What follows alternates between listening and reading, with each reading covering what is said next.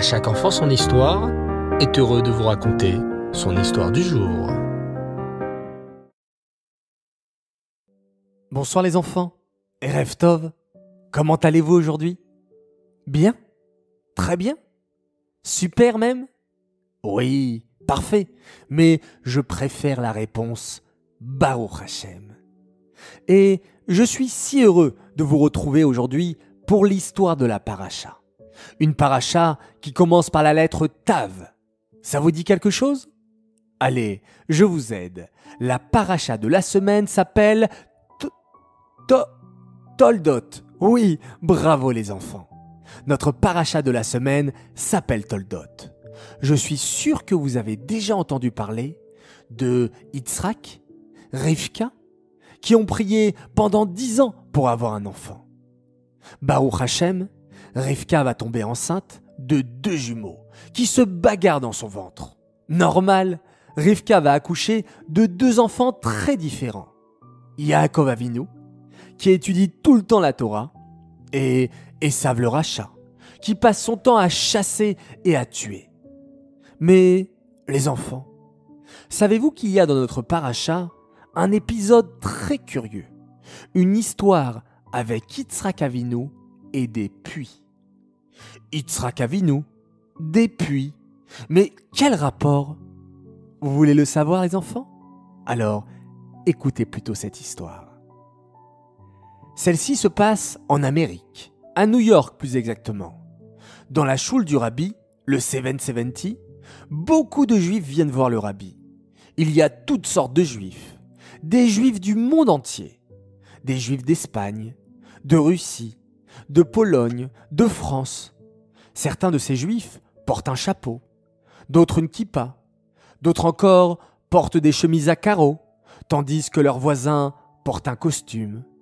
Tous ces juifs font la queue ensemble pour voir le rabbi de Lubavitch et lui demander une bracha, une bénédiction. Un juif lui demande une bracha pour que sa femme ait un bébé. Un autre juif demande au rabbi la santé. Et le rabbi répond à tous les juifs avec un grand sourire et souhaite à chacun bracha ve'atzlacha, bénédiction et réussite. Chaque juif qui rend visite au rabbi peut lire dans ses beaux yeux bleus combien le rabbi l'aime et désire l'aider. Dans la file de milliers de gens se trouve un jeune étudiant juif qui attend lui aussi son tour devant le rabbi. Et ça y est, c'est à son tour, c'est à lui. « Bonjour », dit respectueusement l'étudiant au rabbi. « Je viens voir le rabbi pour lui demander une bracha, pour réussir mes études à l'université. »« Bonjour », lui répond le rabbi avec un gentil sourire. « Comment vous appelez-vous »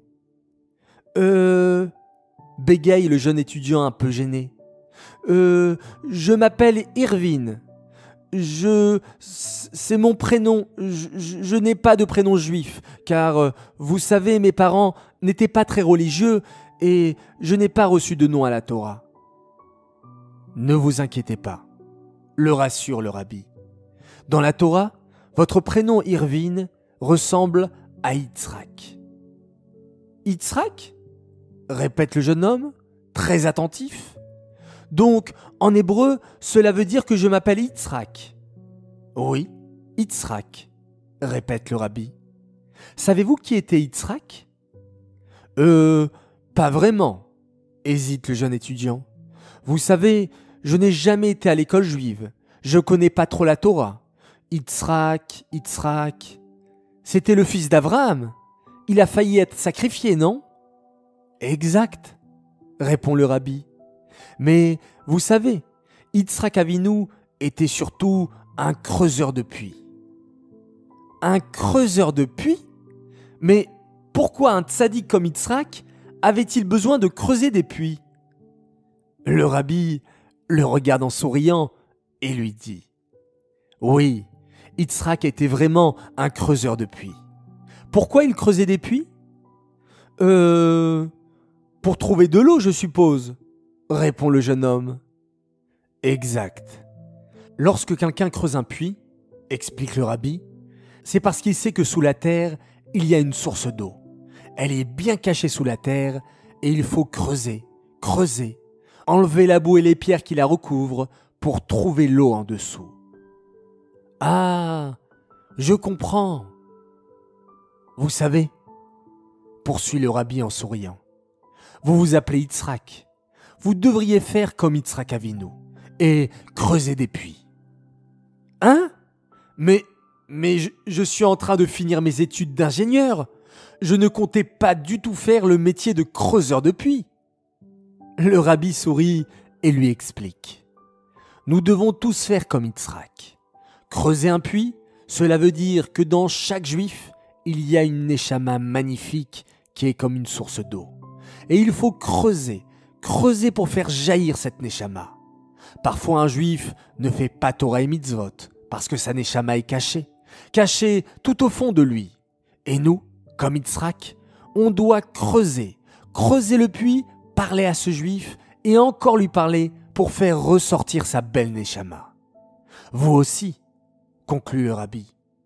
Comme vous vous appelez Yitzhak en hébreu, chaque fois que vous rencontrerez un juif, efforcez-vous de creuser son puits. Proposez-lui de mettre les téphilines, d'étudier la Torah, de manger kasher. C'est ainsi qu'on peut faire jaillir la neshama d'un juif. Et vous les enfants, êtes-vous des creuseurs de puits comme Yitzhak ? Grand jeu concours, faites-vous une photo de vous en train de faire semblant de creuser un puits. Hatzlacha Rabba, bonne chance à tous.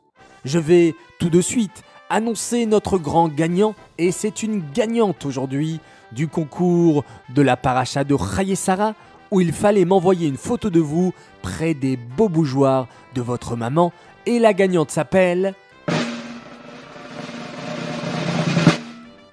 Hana Benzaki. Bravo à toi, nous te préparons un joli cadeau de la part de À chaque enfant son histoire. J'aimerais dédicacer cette histoire les Elou Nishmat Blouria Bat David. J'aimerais souhaiter un très grand, un immense Mazal Tov à une fille merveilleuse qui attend son coucou, sa dédicace depuis bien longtemps. Alors aujourd'hui, spéciale dédicace pour toi et un grand Mazal Tov à Batia Benita pour ses 6 ans. Que tu sois toujours un exemple dans Torah et Mitzvot de la part de tes parents, de ton frère Ethan et de tes sœurs Léa et Sterna. Un très grand Mazal Tov également à une fille magnifique. Elle est toute mignonne. Elle a fêté ses 4 ans dernièrement. Elle s'appelle Odel Sheli. Mazal Tov de la part de ton papa, ta maman, de ta sœur Naomi et de ton frère Aaron. Encore un immense Mazal Tov à une jolie fille, jolie princesse qui s'appelle Naomi Abergel. Elle fête ses 5 ans. Mazal Tov de la part de tes parents, de ta sœur Emmett, de tes grands-parents et de toute ta famille qui t'aime très très fort. Encore un grand Mazal Tov, et oui, il y a beaucoup de joie dans notre peuple juif, Baruch Hashem. Shirel, Avital et Shai Ben Simon souhaitaient dire Mazal Tov pour les 3 mois de leur petite poupée, Naomi Gemara. Et enfin, un message d'une famille fantastique, la famille Hazan de Charenton, Binyamin Chaim, Elia Kiva, Mendel Yedidia et Ezra Chizkia qui tenaient à souhaiter un joyeux anniversaire à leur papa adoré. Ce sont des grands fans de À chaque enfant son histoire. Merci les garçons, vous êtes des champions. Voilà, les enfants, je vous dis à tous à demain matin pour un joli Dvar Torah sur notre Parashat Toldot. En attendant, je vous souhaite de passer une agréable nuit, faites de très très beaux rêves, prenez beaucoup de force pour demain et n'oubliez pas de vous lever comme des lions. Mais en attendant, on se calme, on se repose et on fait tous ensemble un magnifique Shema Israël.